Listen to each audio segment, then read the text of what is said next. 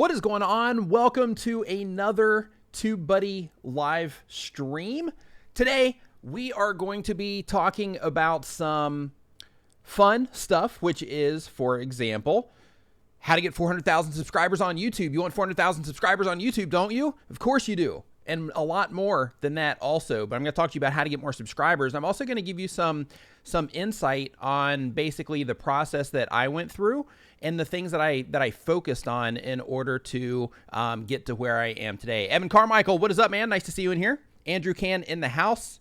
What is going on? Nice to see you as well. OM Tech, what is up? Nice to see you in the chat. Crypto Cruising, nice to see you in here as well.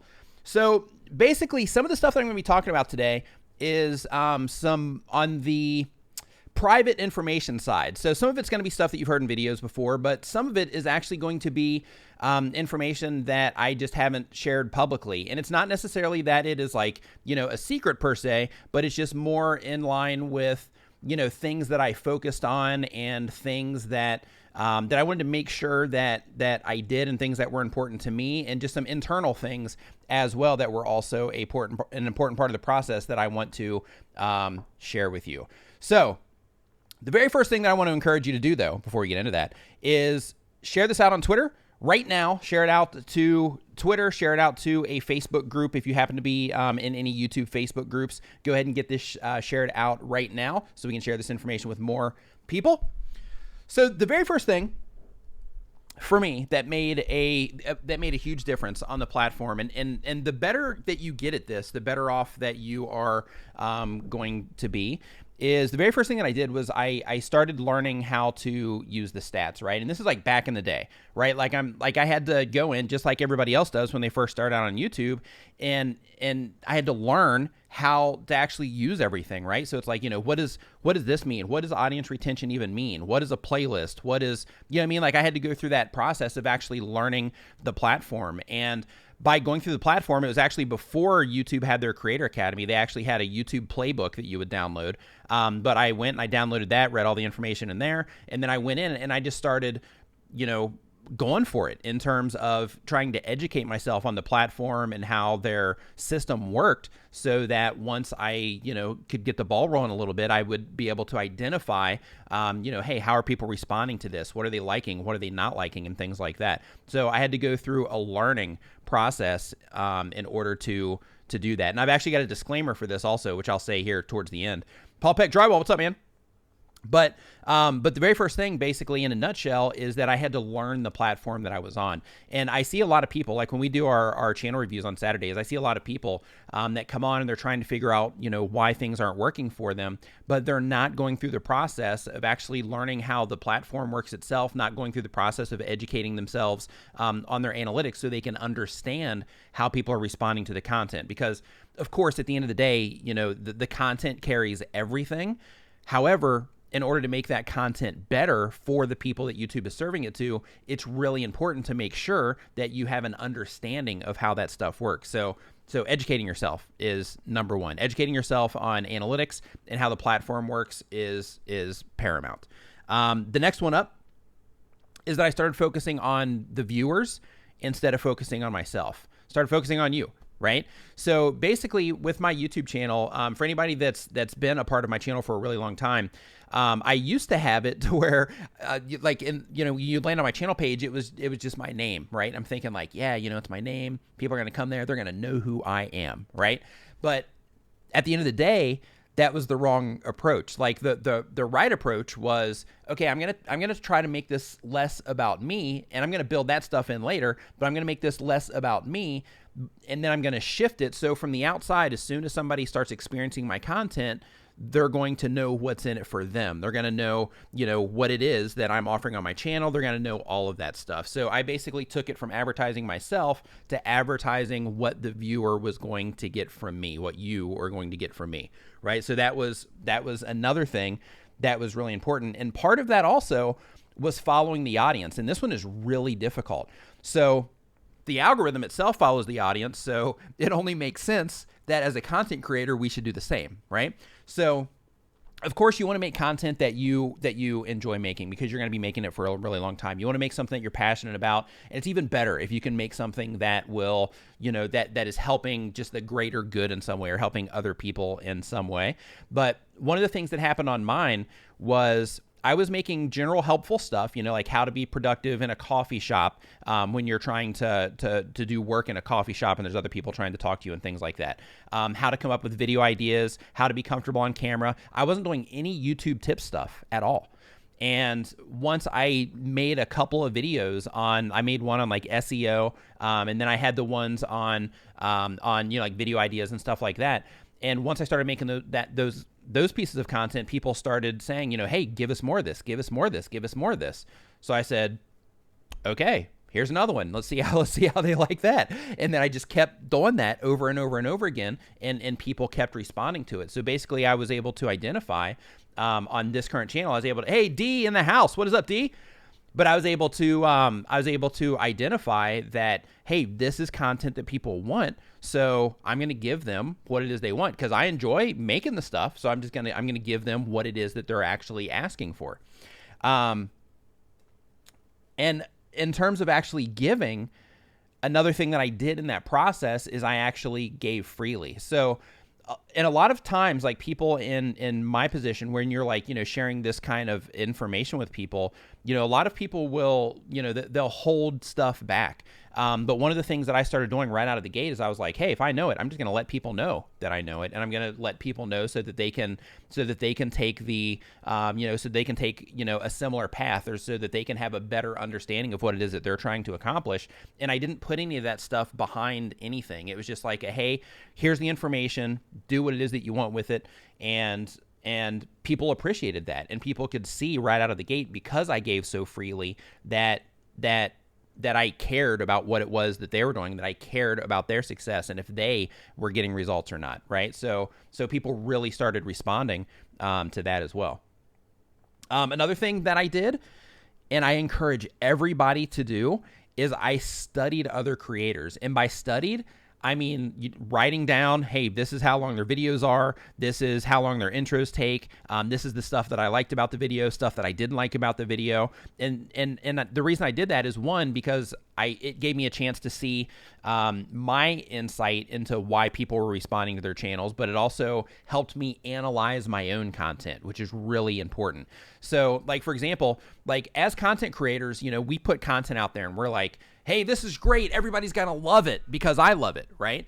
But when you start studying other creators and really studying it, not just like watching a YouTube video, but watching a YouTube video and trying to actually dissect what is happening in that YouTube video and why it's happening and why the creator made the choices that they made. Like when you start doing that, then what happens is when you start applying that same idea to your own content, it allows you to actually step away for a minute and look at your own content, really examine it, and take your ego out of it and say, is this good content or not? Is this something that I would watch, right? Am I doing similar things to what they're doing? The things that I don't like about their videos, am I doing that, right? And by examining things that way, it really helps you. It really helps you get some insight into your own content by applying what it is that, or by taking that information that you get from studying other creators and applying it to what it is that you are doing on your channel as well. So it's a really powerful thing when you start doing that, because again, it removes you from the equation a little bit, because it's really easy for all of us just to get soaked up in our own stuff and think it's awesome. But when you can really step away and examine it, it can really make a big difference on the content that you can create, and it can help you make better content for other people, because at the end of the day, it's other people that you're getting views from. It's other people that are subscribing to your channel. It's other people that are making the whole thing work in your favor.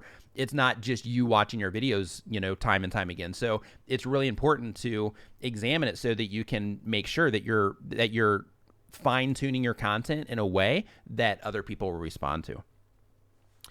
Another thing here, and this is one of the ones that I talk about kind of loosely from time to time, but I wanted to add it to this list also, is that I really put a strong emphasis on how I was representing myself. D and I, D's in the chat right now, D and I were having a conversation, and one of the things that he actually brought to my attention was, at one point I was filming in another room, and D was like, hey, with the type of information that you're sharing, you don't have a match, right? Like the environment that you're recording in versus the information that you're sharing, there's an inconsistency there. And D actually recommended that I put this whole thing together, right? And just for the sake of it, representing the actual content itself subconsciously without me even having to say anything, basically making that move from just a normal room into something that was more like a creator, so to speak, or somebody that was sharing that type of information. And then, of course, styled it up quite a bit to help me stand out from other people. And that was another thing that I have here on the list is, as part of representing myself, is one of the things that I wanted to do right out of the gate is I wanted to figure out some way that I could stand out from other people. And one of the ways that I did that in my space at the time, nobody was doing like colored lighting and things like that. So I was like, let me do that, right? Nobody's doing that. Let me do that. Let me approach content creators like a content creator and let me represent myself as a content creator for the sake of, one, making my stuff look cool. Two, for the sake of being that, I'm here in this just like you are, instead of, I'm this person sharing this information and you are down here trying to learn it. It's like, hey, you know what I mean? We're in this together. We're both trying to get views every single day. We're both looking at our stats, right? Like we're in this together. And I wanted to, express that, with how everything is put together also. And I still do that to this day. And another thing about representing myself too is, I wanted to make sure that I put my branding together properly, which when I left this channel and I went and did the All Our Questions channel, and then I came back to this channel, one of the first things that I did when I was back on this channel is I spent a ton of time making a bunch of different versions of my brand, of all of my look that you're familiar with now. I spent tons of time getting all of that stuff together because I wanted to make sure that I'm representing myself in the best and most professional way possible. And that was something that was really important to me. So I spent a lot of time on the branding. I also, in terms of caring about how I represented myself, I also made it a strict no cursing policy on any of my stuff. And the reason for that is because I want to widen up my audience, right? Like in real life, I curse just like, a lot of people do. From time to time, I try not to as much as possible, but I stub my toe, those words come flying, but like I wanted to make sure that I was representing myself in a way that would, one, inspire other people to do something similar in terms of just trying to be clean and family friendly and all that stuff. But also just to represent myself, to where when people watch my content, they're thinking, like, okay, he's not, he's not dropping, F-bombs and all that stuff all the time. So it's safe to watch this around my kids, for example. Yeah, and I already mentioned D in here about the live studio setup too, but that was another thing about representing myself. And that's another one where D helped me level up too, is like I was doing live streaming from here, right? And D was like, hey man, the way things are going, like you got to level up, man. He was like, I'm going to build you a studio. And I'm like, okay, all right, let's do it. Right. So that was another thing in terms of leveling up. And you know what? This wasn't on my list, but I'm actually going to add this to the list, but taking advice from other people, instead of thinking like, hey, I know it all, right? Taking advice from other people and saying, hey, what do you think about this? What do you think about this? And being, not being ashamed or not feeling, lesser than, or not being scared, to ask people or to change my positioning with anybody, and just saying, hey, let me know what you think of, what's going on here. And by doing that, I got some amazing feedback, and I still do the same thing, but I get amazing feedback from amazing people that do all of this stuff that helps me make my stuff better also, because because I'm not afraid to, to put myself out there and say, hey, what do you see that I'm doing that you think that I could do better? Because like I was saying before, in terms of removing yourself from it, sometimes even when you do that, like you're in it, right? And it's hard to see, all of the stuff that you should see, or you get used to certain things. So having that input is extremely valuable. And that's one of the things that I really leaned on. Another thing is, in all of this stuff, in terms of the representing myself, it's because, one of the main things behind that is, one, just representing myself in a good way, but also because perception matters. You know, like when people are watching the content, as soon as that video opens up, as soon as they look at the channel page, as soon as they hear me speak or they complete a video, you know, that perception that people get in their minds, you know, all of that stuff matters. When a company that wants to work with me, if they go to my YouTube channel and they see that everything is, you know, clean and looks professional and all that stuff, they know that I'm going to represent them in a good way also, because it's like, if I can do my stuff this way, then surely I'll be able to take care of them too. Right. So I just wanted to make sure that all of that stuff was in alignment. Another thing is I invested in good equipment. And here's the truth, right? And this is one of those things that you know, that I haven't said, but I had a point in time where I was transitioning from the design stuff into going full time on YouTube. And that's a leap that, you know, that a lot of you that are in the chat right now, that eventually, you know, that's a leap that you might end up taking, is going from, you know, working your job, or if you have a business, whatever, to just saying, you know what, I'm actually going to transition all of this stuff to where I'm using YouTube for a lot of this stuff, or to where I'm just all in on YouTube, or whatever it happens to be for you. But I had a period of time to where, you know, things got kind of crazy, and I shouldn't have bought a camera at that time, right? Because one business is going like this, the other business hadn't, you know, taken off yet. And, you know, I shouldn't have gotten, you know, a DSLR. But I did. I was like, you know what? I got to make it good, right? I have to make this stuff, you know, look the way that I want it to look. And unfortunately, what's up, Shelly? And unfortunately, that's going to, you know, cost me a bunch of money with buying a Canon 70D, right? But I knew that, hey, I just got to, you know, I got to invest in it. It's part of the gig, right? And I did. Also investing into tools, you know, like TubeBuddy, for example, same exact thing. You know, it's like, hey, will this help me do something easier, do it faster? Will this help me understand something better? Will this help me in any way? Yes, I'm in, right? And that was another one of those things where it's like, at that time, it was like, but you know, I was like, okay, if I'm going to do this, then I'm going to do it, right? And part of that actually comes down to another one. I'm going to skip ahead a few and then we'll go back.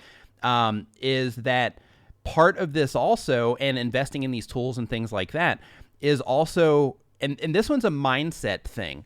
And this is one that I've mentioned in videos before a handful of times, but if you've never heard this, one thing that is really important, that played a big role in I believe in how things went on my channel, or how things are going on my channel, and I think it helps a lot of people in all different aspects of life, is I owned the role. So basically I was like, you know what? If I'm going to be a YouTuber, if I'm going to be a content creator, if I'm going to be like a video marketer, like that's who I am. And I'm going to own that role, and I'm going to be in that role confidently.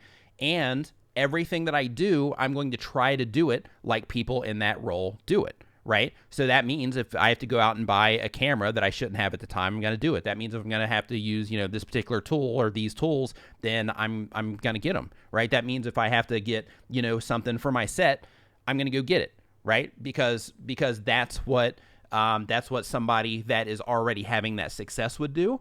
You know, of course you got to, you know, do that within reason, you know, a bit, but it's like, you know, if that's what somebody that is already having that success is doing, then I'm going to be playing that role because I'm going to get there. Right. And I owned that side of it. It was just kind of like a, yeah, like Dan said here, you know, it's like that leap of faith, right? It's like, take the leap of faith and then prove that you're right, which brings me to another one, which is I didn't stop.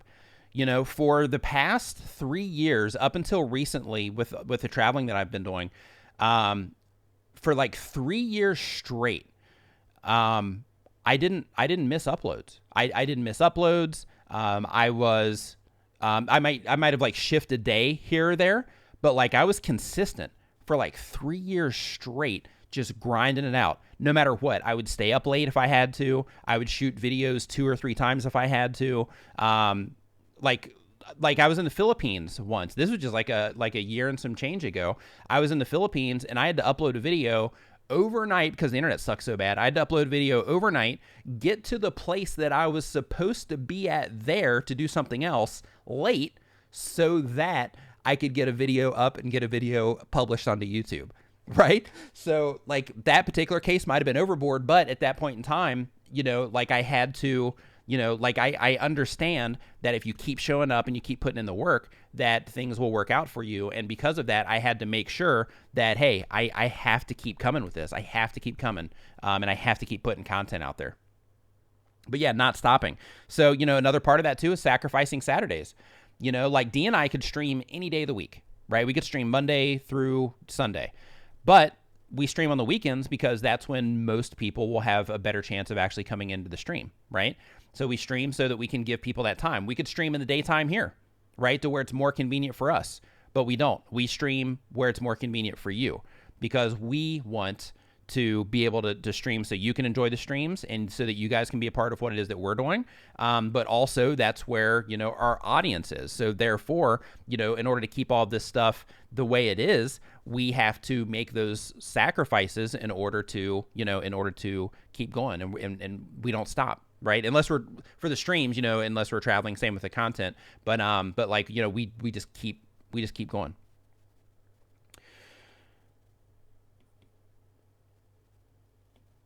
And I'm going to get to your questions here in a minute. So, so just so you know, as a heads up, there's a form down in the description below. So if you have a specific question that you want asked, definitely make sure that you leave it in the form down below. And then I'm going to hit those here in just a minute, and we're going to go through them in the order that they are, in the order that they're received. And if you haven't yet, make sure that you share this out on Twitter.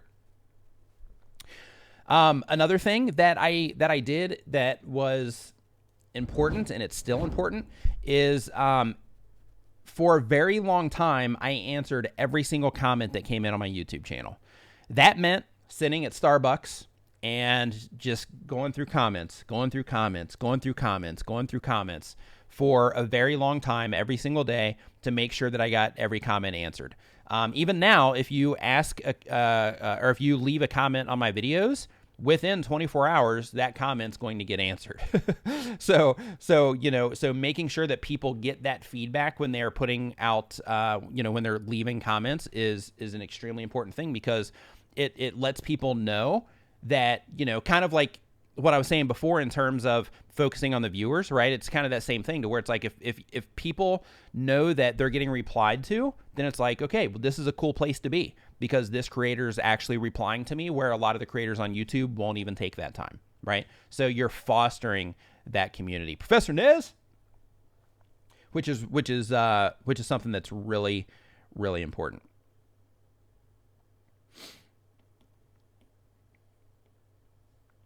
Another thing that I did as well is I experimented with the content that I made. So like for everybody that's watching this, you know me as like a YouTube help guy. But like if you look at my channel, like in addition to the YouTube stuff, like, you know, like mobile content and live streaming content, those are some of my biggest videos. So if I would have just stayed in the lane of saying, okay, well, I'm just doing, you know, YouTube tips once that whole thing started working out, if I just stayed in that lane and I didn't try to say, okay, how can I expand this? How can I do other stuff for this same audience that they'll still dig, but it's not necessarily YouTube stuff, right? Like if I wouldn't have experimented with that stuff, then, you know, I've got a few videos on my channel that have driven a ton of subscribers that I wouldn't have, right? So also just saying, you know what, this is working, but how can I expand this out a little bit? How can I just give a small push, you know, with some other type of content to see if I can offer just a little bit more? Because one, that keeps me burning out, or from burning out, because you can only, you know, make so many videos about how to get views and subscribers. But also, you know, it gave me a chance to push out in terms of the different audiences that I could reach, which is really important. And I'm marking these things off as I go here. Okay, so we got that one. We got study other creators. We've got cared about representing myself. We've got perception matters. We got invested in good equipment, invested in good tools, took the opportunities. Yes, this is another one. Opportunities, right? So as you're growing your YouTube channel, you're going to have opportunities come up. And sometimes those opportunities are going to come up at an inconvenient time. People are going to say, hey, you know, I want to get you on this podcast at this particular time. And you're going to be like, you know, it's like an hour after I normally go to bed.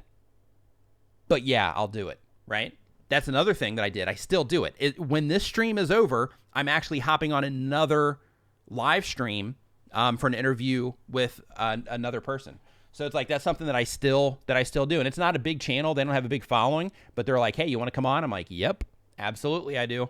Right. Another thing, I'm doing a training thing coming up next month, early next month. And in that training thing, like, it doesn't even start until 2 a.m.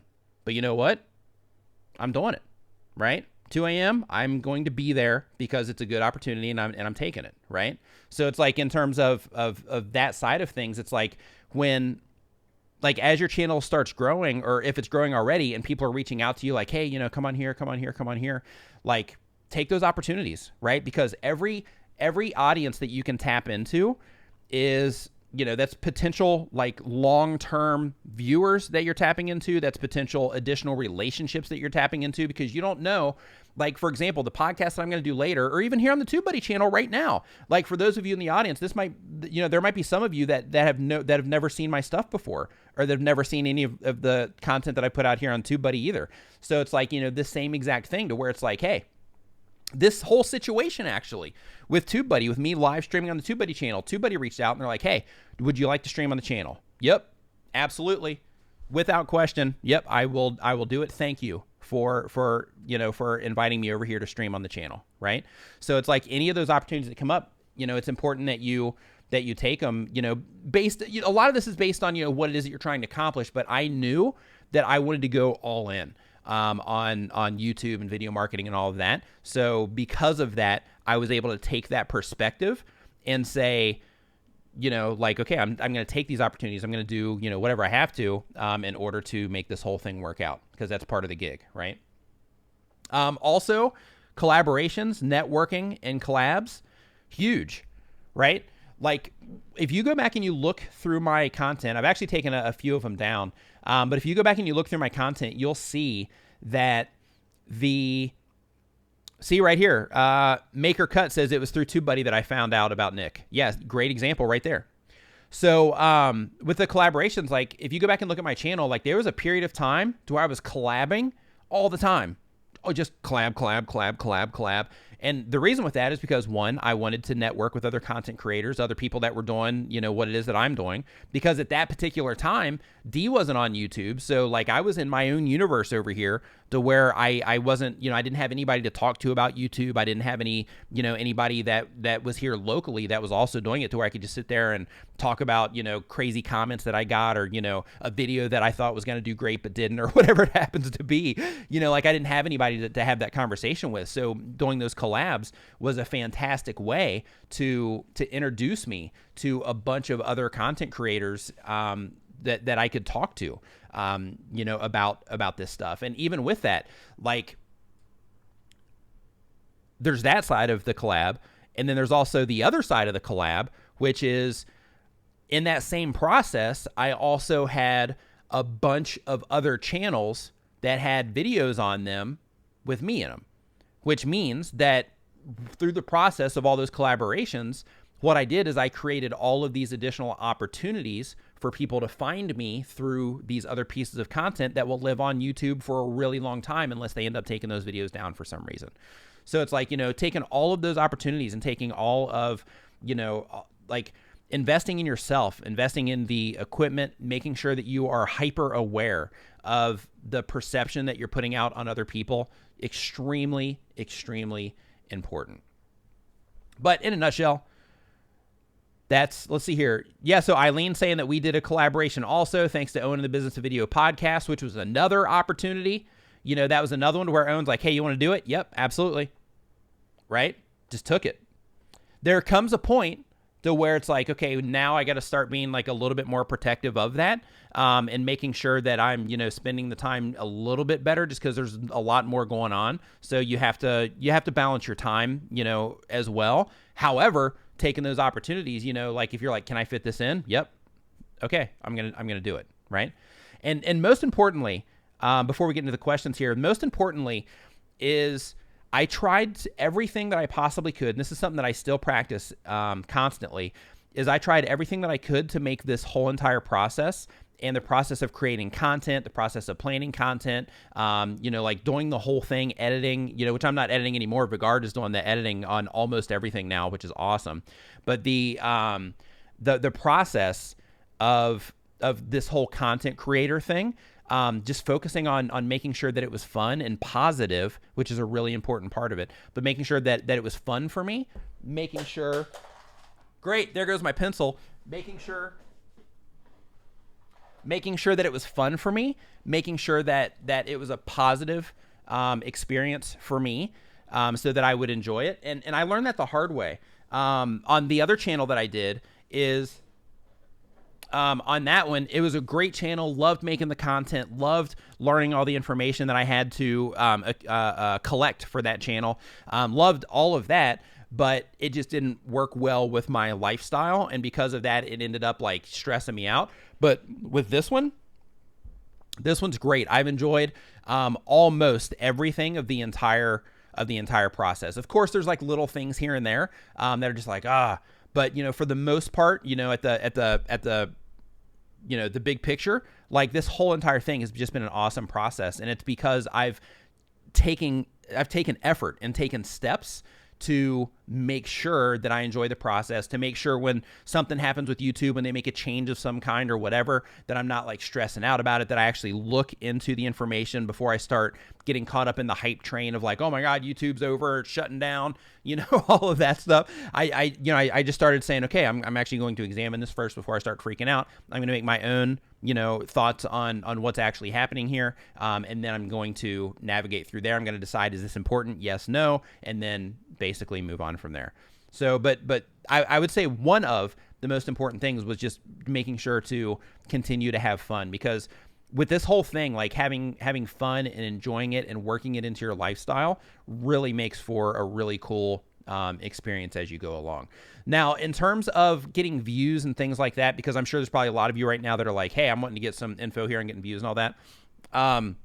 Which you'll get some of that from the questions too, I'm sure.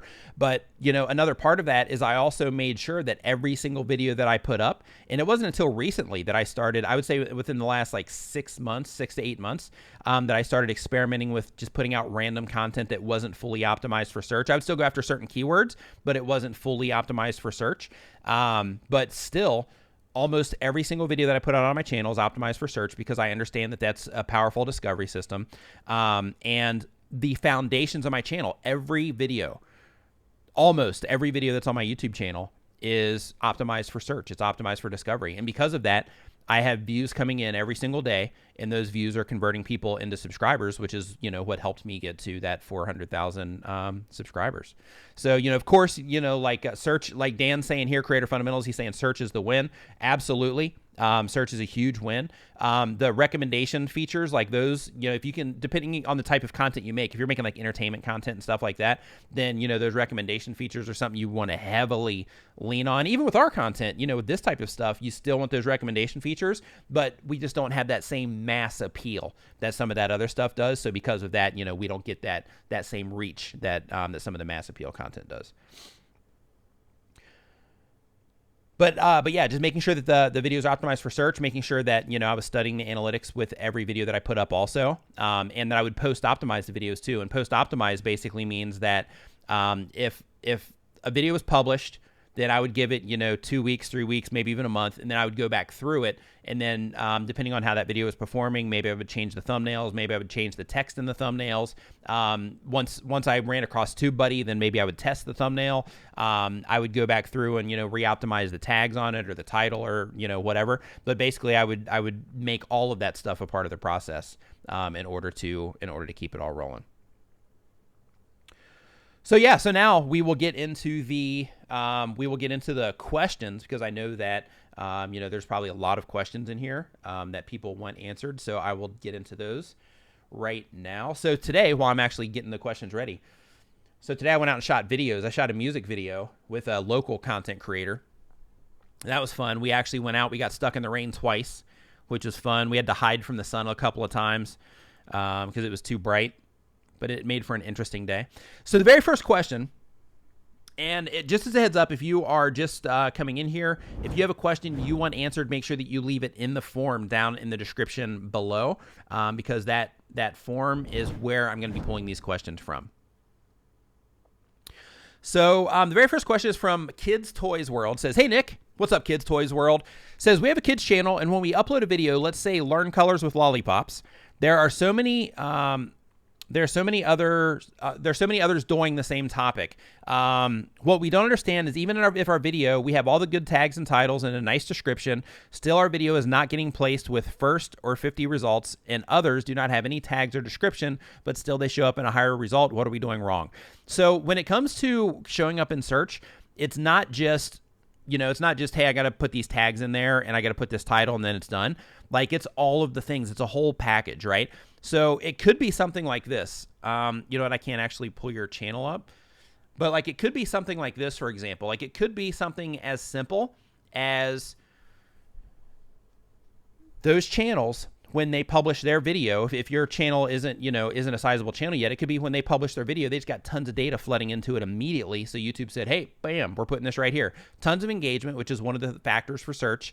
There's a high click-through rate because that particular creator, or those creators that you're actually competing against, those creators are in those spots because either one, they just secured a good spot that isn't very competitive, or two, even if it's competitive, they figured out how to make thumbnails and titles that get people to click on them at a high rate. So it could be something as simple as your title and your thumbnail just aren't converting at the rate that they are. And there's no way for you to know that without actually getting access to their stats. In addition to that, there's also how people are responding to the videos that they're putting on there. So like where you're trying to rank for this term and they're ranking for that term, their video, when people watch their video, they could watch it, for all you know, they could watch that video all the way to the end. But on yours, maybe you're getting, 50% or 60%, or maybe they're getting 80% and you're getting 50%. So they're getting a higher click-through rate with a higher view duration, and let's say they're even getting more engagement, right? They're basically doing all of those things better, which helps them rank and secure those spots more. So it's not necessarily you're doing something wrong, per se. Might be, but it could also mean that your content just isn't up to par with theirs, or people just aren't responding to yours in terms of your thumbnail or your titles. That they're just not responding to yours in the same way. So I'm looking at your channel right now. You've got 196 subscribers on your channel. You've got 5,000 views total. Okay, so right now I'm looking at your thumbnails. So I'll tell you right now that your thumbnails are probably the problem. So if you're watching this right now, if you're still watching the stream, yeah, I'm telling you right now, it's probably your thumbnails. And if your content is similar to your thumbnails, what I'm seeing, then it's your content and your thumbnails, in my opinion. Let's see here. Next up is It's Only Food. It's Only Food with Chef John Polite. Polite? Not sure how to say that, but I'm just going to go with Polite because it sounds good. So Polite says, Nick, I've reached 10,000 subscribers. High five, fist bump. Way to go. And I've still not been able to get the merch stuff below my videos. Does this take time or is it automatic? Thanks for your time. Have a great week, Chef John. So yeah, it can take time. Make sure that you go into your monetization options inside of the new Creator Studio beta and just make sure that it's not in there that you have to turn it on, because you can have the actual thing in there saying that you just have to turn it on, and you might not have turned it on yet. But if you don't see it in there, then just be patient because it will come. It can take time. Brian G. Johnson TV. Love it. Says, why is the world-class wrecking crew so incredibly awesome? Hey, man, it is what it is, right? It is what it is, and that is awesome. Oh, I love it. MacArthur Entertainment says, hey, Nick. What's up, MacArthur Entertainment? Says, I watch your videos every day over and over. Thank you. I appreciate it. But what I really want to ask, can you do a video of how to collaborate with other YouTubers? Absolutely. I actually have some videos on my channel already on how to collaborate with other YouTubers, but I have a video coming up. Let me check my thing here. I think it's coming up in about... Actually, you know what? It's actually on the standby list. Hold on. Go to June. Yep, go to June. So yeah, it's on the standby list right here. You see it? It says override. Right here it says override if that app comes out, because a friend of mine has an app and he's updating it, and I'm gonna make a video on all of the different ways that you can collaborate. So a lot of YouTubers think that collaboration is just like swapping videos with people, but there's a bunch of different ways that you can collaborate, and the video that I have coming out for that actually shares a bunch of different ways you can collaborate in general to help bring traffic to your channel, not just YouTube videos, but that is a part of it. But yep, absolutely. There's a video on my channel about that, or a couple, but more are on the way. Thanks for the suggestion. That golfing vlog says, with algorithms dictating visibility, what would you say is the biggest factor in growing from scratch? Having a good strategy, having a good plan, having a discovery plan, right? So like when you are, actually there's like a couple, this is like a few layers deep. So there's having a discovery plan, but there's also like making sure that your content's awesome. Because like there's two different roads, right? You can have like amazing content, but if you don't know how to get in front of people, then nobody's ever going to see it. But then the other side is you can be really good at getting people to content, but if it sucks, then people aren't going to respond to it, and then YouTube's not going to show it to anybody for very long, right? So you have to do all of the things in order to get results. So one, make sure that you have a strategy for discovery. And what I mean by that is, okay, what videos am I going to put out that are going to be search videos? What videos am I going to put out that's going to be strictly for, my core content that I make on my channel? What videos am I putting out that are going to be discovery videos, right? Things that I'm putting out just for the sake of getting people to my channel, right? I'm going to try to reach out to all of these different blogs, for example, or all these different websites, and I'm going to try to work things out with them to where I can guest post, or I can do, articles for them to where I can embed my videos there to get these, consistent traffic sources coming in, things like that. Like having a discovery plan, right? Have a discovery plan and make sure that your content is at least up to par. At least up to par. Because here's the thing. 2019, it's going to be 2020 soon before we even know it. By the time this stream's over, it's probably going to be 2020. So like, the quality of stuff that you're putting out, like we are so programmed now with quality stuff. Like even the like crap reality shows on TV that are, that are shot in that like reality show way, it's like, it's still awesome quality in terms of like how everything looks and sounds and all of that stuff. Like you gotta come to play, right? You gotta come to play. Next up is Real Videos. Real Videos says, hey Nick, what's up Real Videos? Says, I've been subscribing to your channel and your brothers for ages. Super helpful. Thank you. Awesome. Glad to hear that you are enjoying the content. My question is this. In all your early years, did you struggle to keep to your quality schedule? I look back into my old ones and I do take them down and redo them or leave them up. I keep getting the old ones of poor quality will ruin channel's future. So the old ones of poor quality aren't going to ruin the channel's future. However, keep in mind that the old ones of poor quality can be suggested to people now. So the first impression that people would get, like, here's how to think about this. So that first impression that people would get could be something negative, into where they just don't, watch any more of your content. 2, that particular piece of content might be right for that viewer at that particular time, because that's how YouTube works, is they try to show content to the people that they're most likely to watch at any particular given time.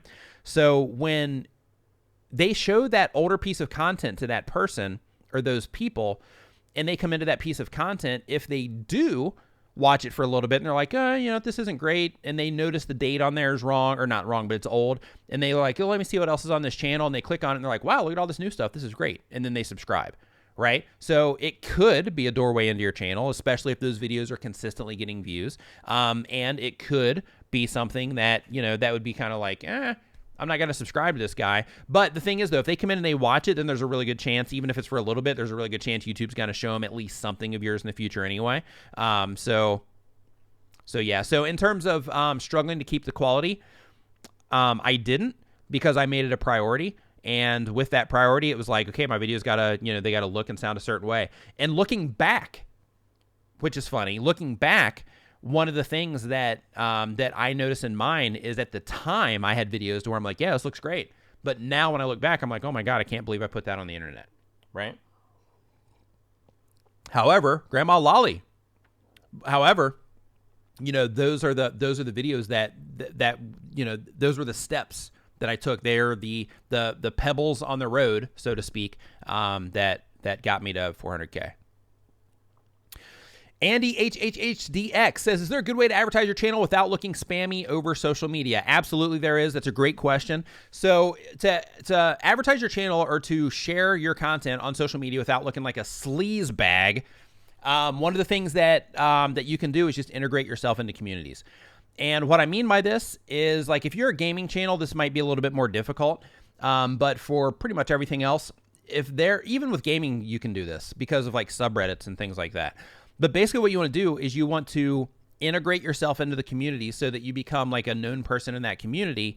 And then by doing that, you can start looking for opportunities to share your content. If somebody has a question about something, or, you know, if you've played a particular part of a game, if you are a gamer, if you've played a particular part of the game and somebody's like, yeah, man, I just had a heck of a time beating this guy. You're like, oh, hey, I got a video showing exactly how I did it, for example. So basically integrate yourself.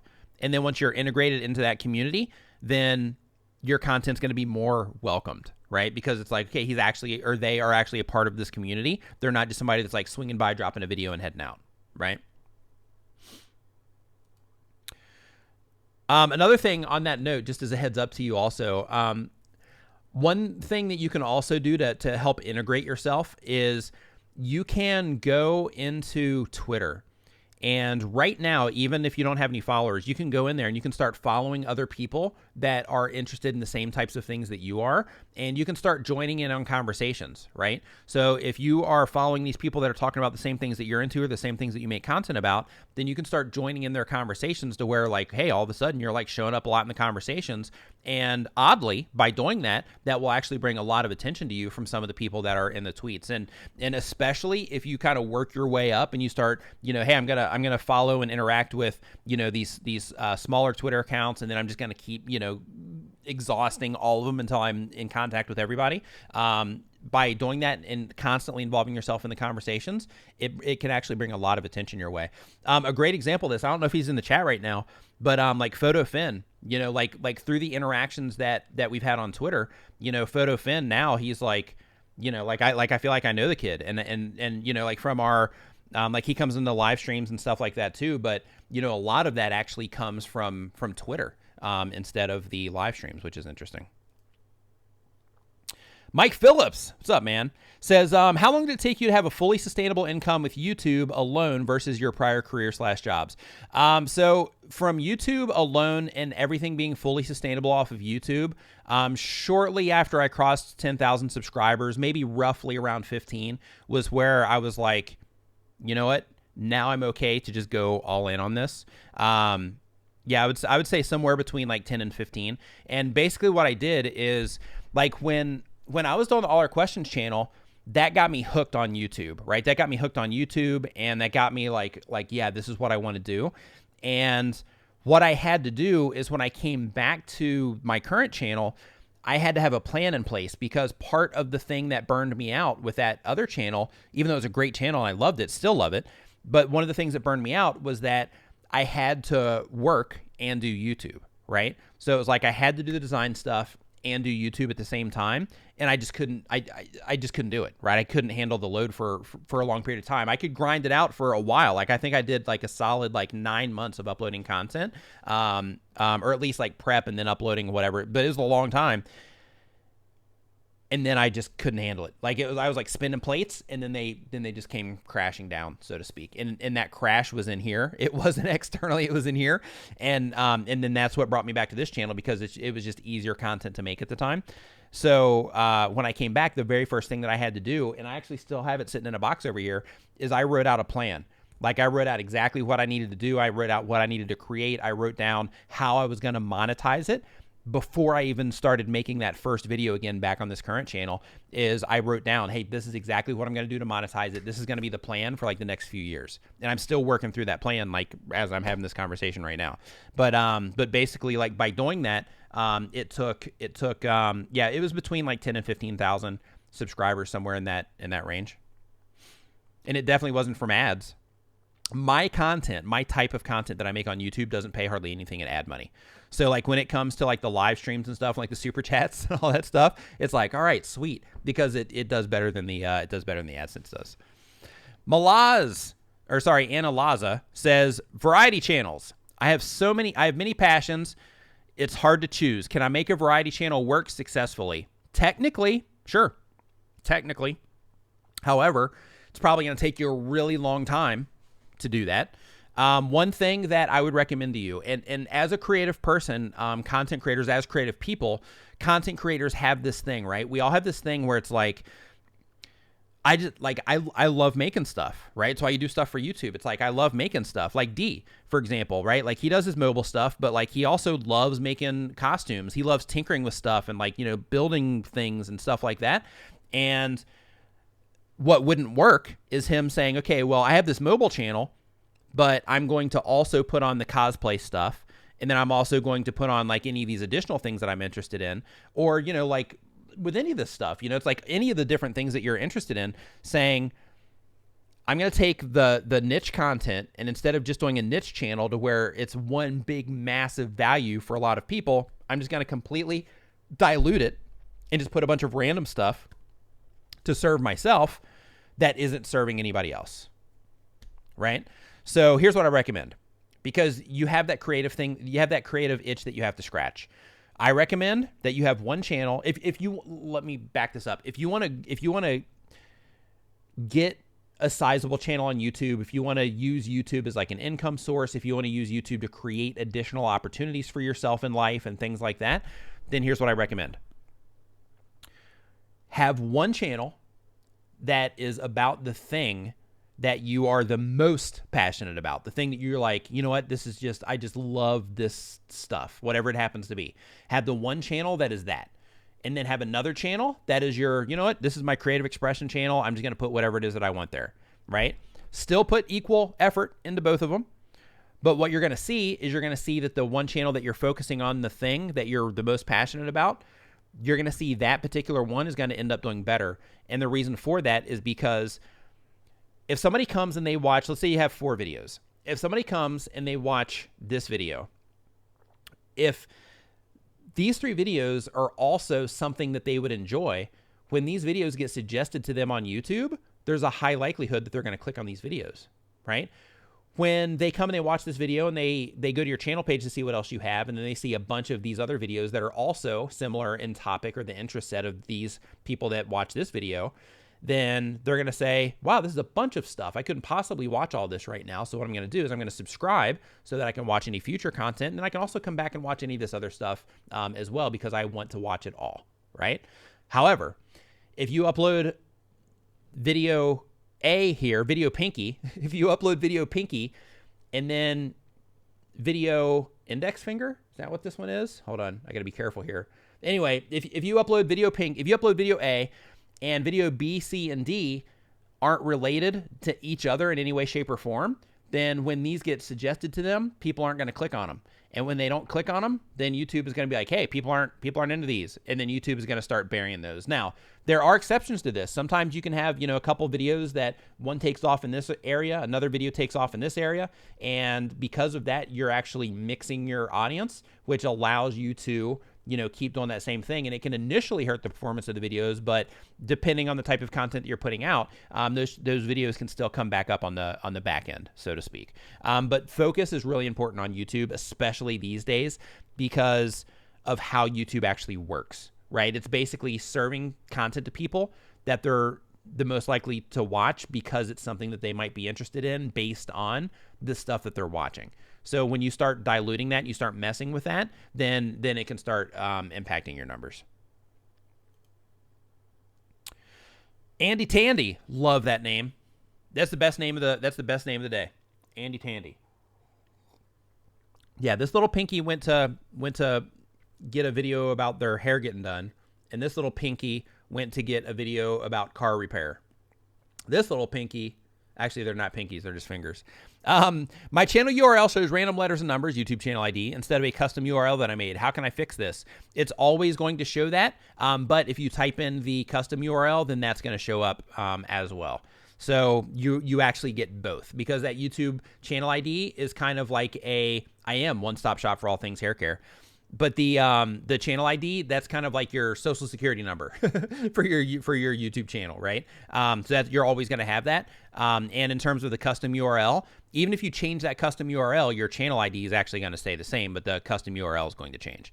So the custom URL itself is something that that you share out and things like that. And if they come in from that, then in a lot of cases it'll still show that custom URL. But if they're just looking around YouTube and they end up on your channel, then in most cases they're going to see the channel ID. Andy Pandy. Andy Tandy, I think it was. That's a good name. Love it. Let's see here. 1 Minute Facts says, I heard that YouTube algorithm would rank short videos very low. Is it true? My channel is all about short videos. What should I do? So when it comes to short videos, it's not necessarily that they will rank them lower, but what they're trying to do is they're trying to generate, and they actually tell you this. If you go inside of your creator studio and then you go into any of your videos and then you look at your diagram to show you like your impressions and your click-through rate and all that for your thumbnails, they actually have a little thing, a little tooltip thing there. And if you click on that, they actually tell you right in there that they are basically gauging things on the amount of watch time that you can generate per impression. And what that means is an impression is if somebody's looking around YouTube and your full thumbnail gets shown to them, that's an impression, right? If they decide to click on it or not, that is what's determining your click-through rate on your thumbnails and your titles. So it's not that they won't rank a short video if other videos that are there short, or if people are responding to those short videos at a high rate. But with everything else being equal, if the click-through rate's the same, if the engagement's the same, if everything else was the same, if you had a 1 minute video and somebody else had a 2 minute video and they were getting 50% audience retention and you were getting 50% audience retention on yours, with everything else being the same, then they would end up outranking you because they're getting more watch time per impression. So hopefully that answers your question. The Grumpy Ogre. I thought that said something else really quick because my brain's tired because I got up early today. When do you think it's worth hiring a video editor? Should I take the time to learn more editing techniques? First, I really recommend that you take time to learn the editing techniques. And the reason for that is because if you know how to edit, then it'll help you know what to look for in an editor. And that's really important. One, it'll help you know what to look for in an editor, and it'll also help you know like what's fair, right? You'll know how long it takes to edit videos and things like that. And you'll have like an innate or a deeper understanding of that process, so that when you actually go to hire out, you'll know the entire process. So if you were to get some feedback from an editor and they're like, hey, this is whatever, you're like, hey, it works great on my end, right? Like I can edit with this fine. I've edited 100 videos like this and they've all been fine. Maybe you need to update your Vegas or whatever it happened, whatever software you use, right? So by going through that process, like it teaches you the entire thing so that you know what to expect out of other people.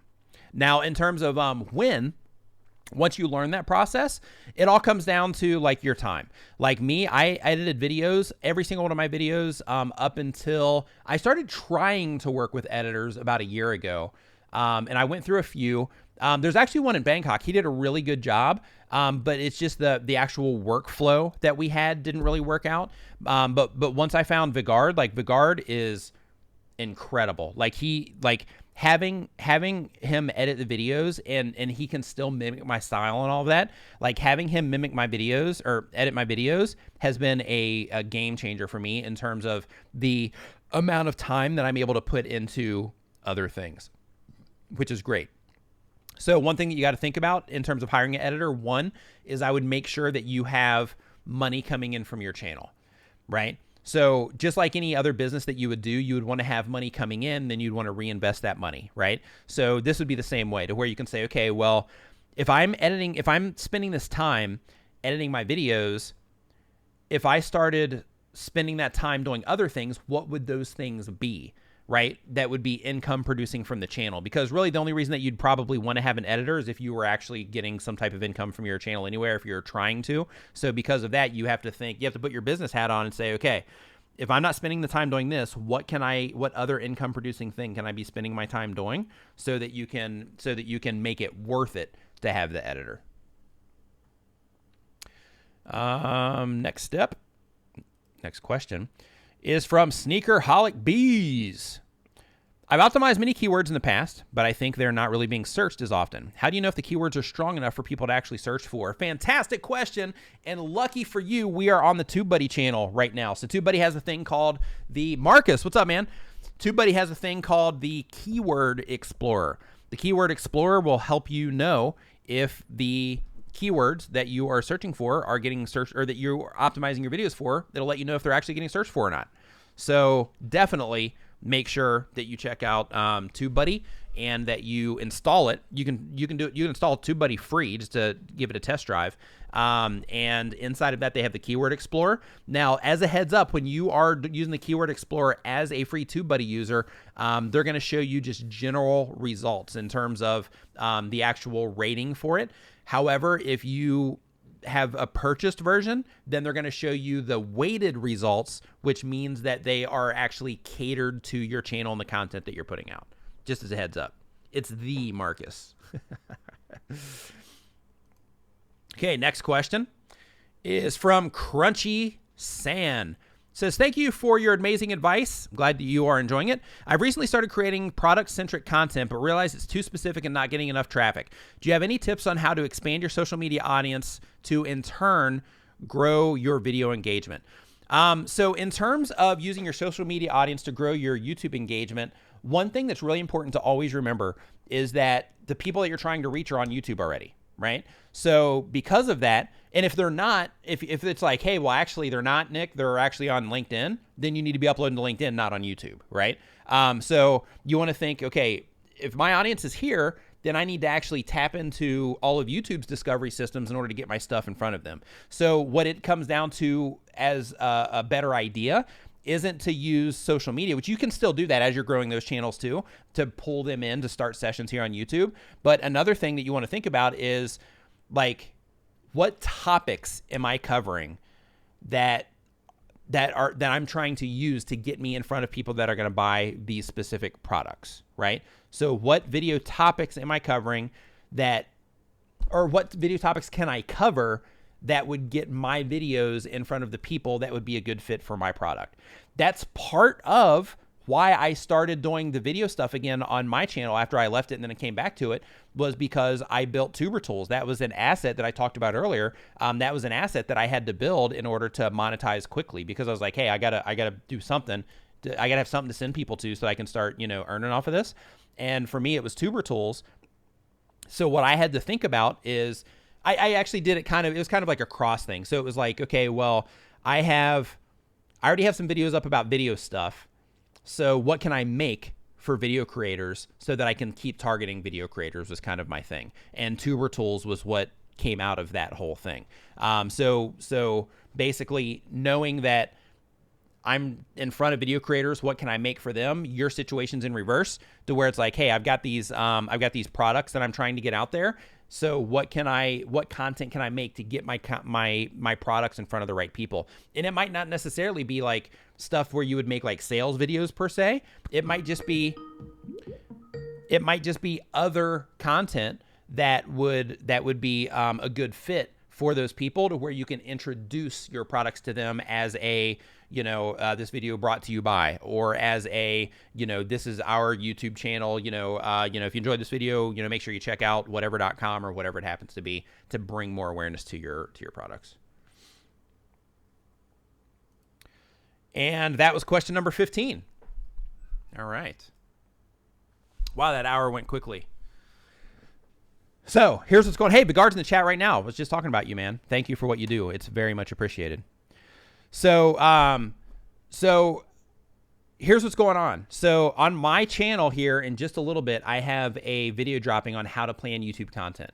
And one of the things about, getting all this stuff rolling is understanding how to properly plan your content. So I broke it into like a 5-step process, and those steps have little, little spin-offs, but I broke it into a 5-step process of how to plan your content so that you can plan in a way that will get you results on YouTube. So make sure when that video drops here in about 2 hours or so, make sure that you definitely head over and that you check that out when you get that notification.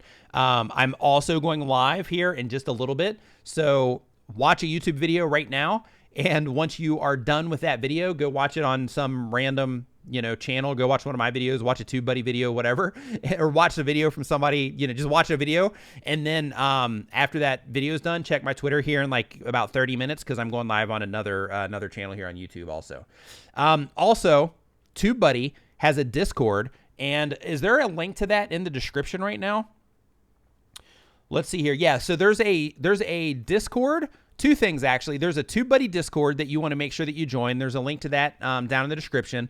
In addition to that, TubeBuddy also has their TubeBuddy community forums. Make sure that you check that out as well if you have not already. Because as a TubeBuddy user, it's great if you have like questions or anything like that. And then, of course, the Discord, always fun, whatever's going down in the Discord. That's how it all goes. So, have an awesome rest of your week. I'll see anybody here going to VidCon out of curiosity?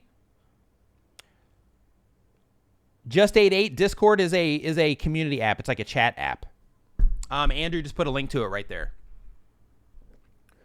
Okay, so nobody's going to VidCon. Okay, well I was gonna say we are Dee and I are both going. So if you see us at VidCon, definitely come over and say hey. Oh yeah, so we've got one person in here going to VidCon. Okay, cool. Yeah, then while you are there, if you see us, definitely come over and say hey. And yeah, everybody else have an awesome rest of your week. TubeBuddy, thank you as always for having me on the channel. If you haven't installed TubeBuddy yet, make sure that you do so through the link down in the description below, or just go to tubebuddy.com/install so that you can see what TubeBuddy can do for you. Thank you so much for watching, and I will see you next time.